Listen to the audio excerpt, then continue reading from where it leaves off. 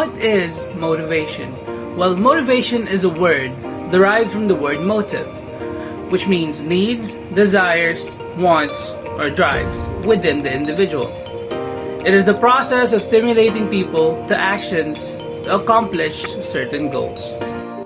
There's two types, extrinsic and intrinsic.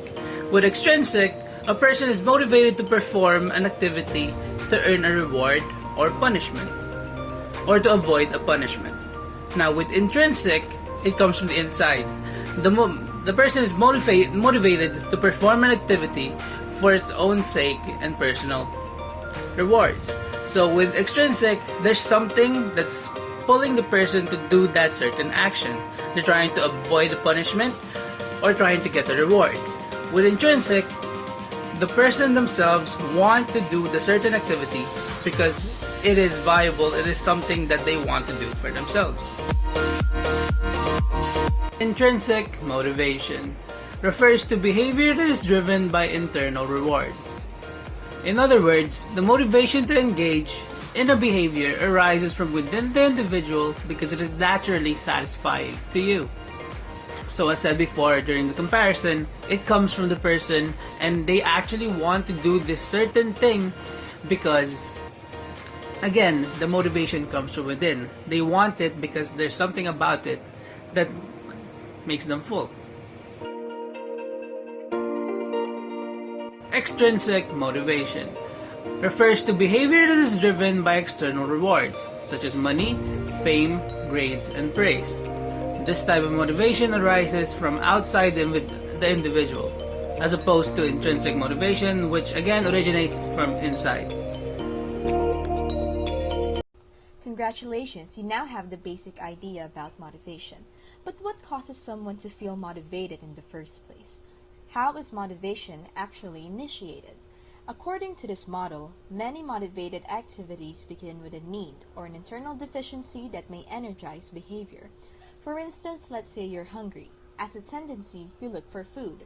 The need that initiated this search is, therefore, the depletion of nourishment in your body. Needs cause a drive to develop. A drive is defined as a psychological expression of internal needs or valued goals. In the previous scenario, hunger is considered as the drive. This drive then generates a response or an action or series of actions in order to achieve a goal or the target of that motivated behavior, which, once accomplished, terminates the chain of events until a new need is developed. Again, need, drive, response, goal.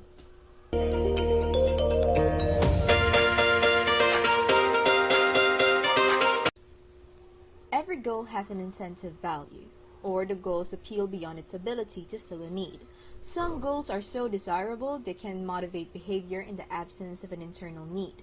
Other goals are so low in incentive value that they may be rejected even if they meet the internal need.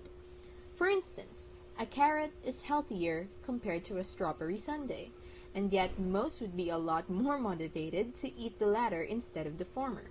Moderate need combined with a high incentive goal produces a strong drive. Even when a strong need exists, drive strength may be moderate if a goal's incentive value is low.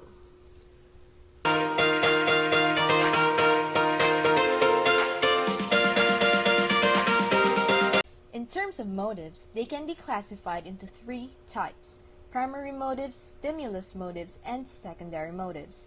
Primary motives refer to innate biological needs that must be met for survival. These are essential because they maintain homeostasis, or bodily equilibrium. To further elaborate, let us discuss four of them.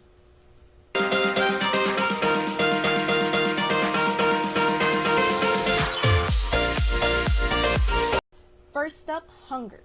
You may have a lot of ideas with what causes hunger. Some of these include lowered levels of glucose in the blood and the liver. How about the stomach, you may ask? Contrary to popular belief, the stomach is not essential for feeling hunger. In fact, hunger is controlled by the hypothalamus, which is also responsible for regulating other motives. It has three distinct parts that operate for hunger purposes. One part is the lateral hypothalamus, or the feeding system that initiates eating. If the lateral hypothalamus is turned on with an electrified probe, even a well-fed animal will immediately begin eating. If the same area were to be destroyed, the animal will never eat again. A second area is called the ventromedial hypothalamus, which functions as a satiety system, that is, a stop mechanism for eating. If it were to be destroyed, dramatic overeating results. Lastly, the paraventricular nucleus helps keep blood sugar levels steady by both starting and stopping eating. It is very sensitive to a substance called neuropeptide Y. If the neuropeptide Y is present in large amounts, it causes one to eat until it cannot hold another bite. Here's a diagram of the hypothalamus and its parts. Once again, stomach is not essential for feeling hunger.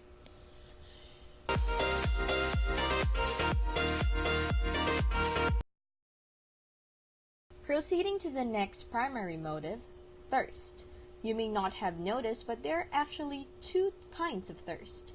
Extracellular thirst occurs when water is lost from the fluid surrounding the cells of your body. Bleeding, vomiting, diarrhea, sweating, and drinking alcohol cause this type of thirst. When a person loses both water and minerals in any of these ways, especially by perspiration, a slightly salty liquid may be more satisfying than plain water. The reason is that before the body can retain water, minerals lost through perspiration, mainly salt, must be replaced. A second type of thirst occurs when you eat a salty meal. In this instance, your body does not lose fluid. Instead, excess salt causes fluid to be drawn out of the cells. As the cells shrink, intracellular thirst is triggered. Thirst of this type is best quenched by plain water. Next type of primary motive is pain. Hunger and thirst come and go in a fairly regular cycle each day. Pain avoidance, by contrast, is an episodic drive. That is, it occurs in distinct episodes when bodily damage takes place or is about to occur. Most drives prompt us to actively seek a desired goal, may it be food, drink, warmth, and so forth. Pain prompts us to avoid or eliminate sources of discomfort. Some people feel they must be tough and not show any distress. Others complain loudly at the smallest ache or pain. The first attitude raises pain tolerance, and the second one lowers it. Nevertheless, in general, we learn how to react to pain by observing family members, friends, and other role models. The fourth primary motive is sex drive, or the strength of one's motivation to engage in sexual behavior. It is largely non-homeostatic, that is, relatively independent of bodily need states. In lower animals, the sex drive is directly related to hormones. Female mammals, other than humans, are interested in mating only when their fertility cycles are in the stage of estrus, or heat. Estrus is caused by a release of estrogen into the bloodstream. Hormones are important in males as well. In contrast to females, the normal male animal is almost always ready to mate. His sex drive is primarily aroused by the behavior and scent of a receptive female. Therefore, in many species, mating is closely tied to female fertility cycles. In humans, hormones affect sex drive, but not as directly as in animals. The sex drive in men is related to the amounts of androgens provided by the testes. When the supply of androgens dramatically increases at puberty, so does the male sex drive. Likewise, the sex drive in women is related to their estrogen levels. However, male hormones also affect the female sex drive. In addition to estrogen, a woman's body produces small amounts of androgens. When their androgen level increase, many women experience a corresponding increase in sex drive. However, the link between hormones and the sex drive grows weaker as we ascend the biological scale. In humans, mental, cultural, and emotional factors determine sexual expression.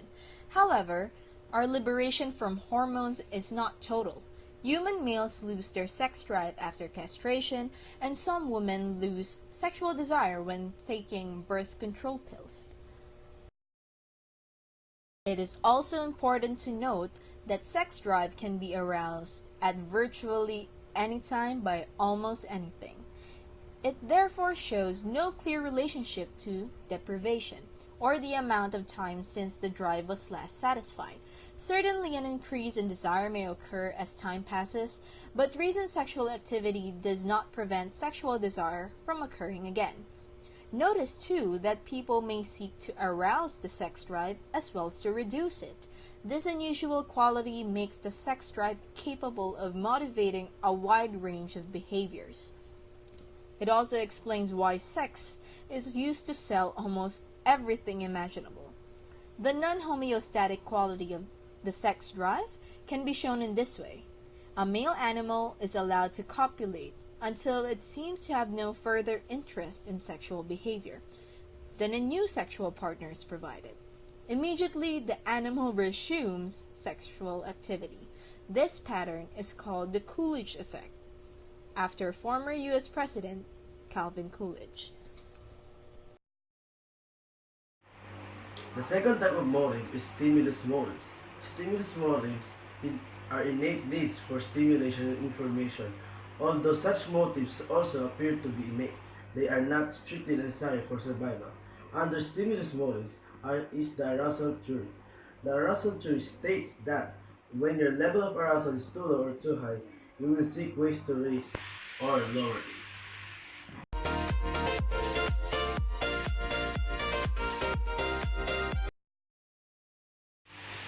The third type of motive is the secondary motives. Secondary motives are based on learned needs, drives, and goals.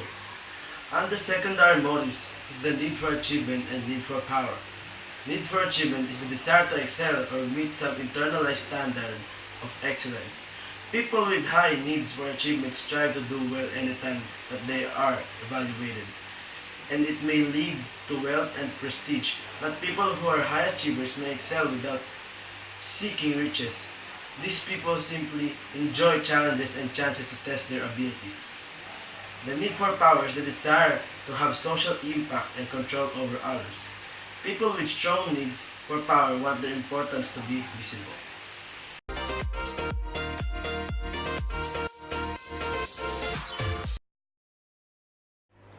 Now proceed to the hierarchy of needs by Abraham Maslow. At the top of the pyramid is the growth need, which is the self-actualization. Self-actualization, as expressed through meta needs, are wholeness, perfection, completion, justice, richness, simplicity, aliveness, beauty, goodness, uniqueness, playfulness, truth, autonomy, meaningfulness. And the other needs is the basic needs, which are esteem and self-esteem, love and belonging, safety and security, and physiological needs.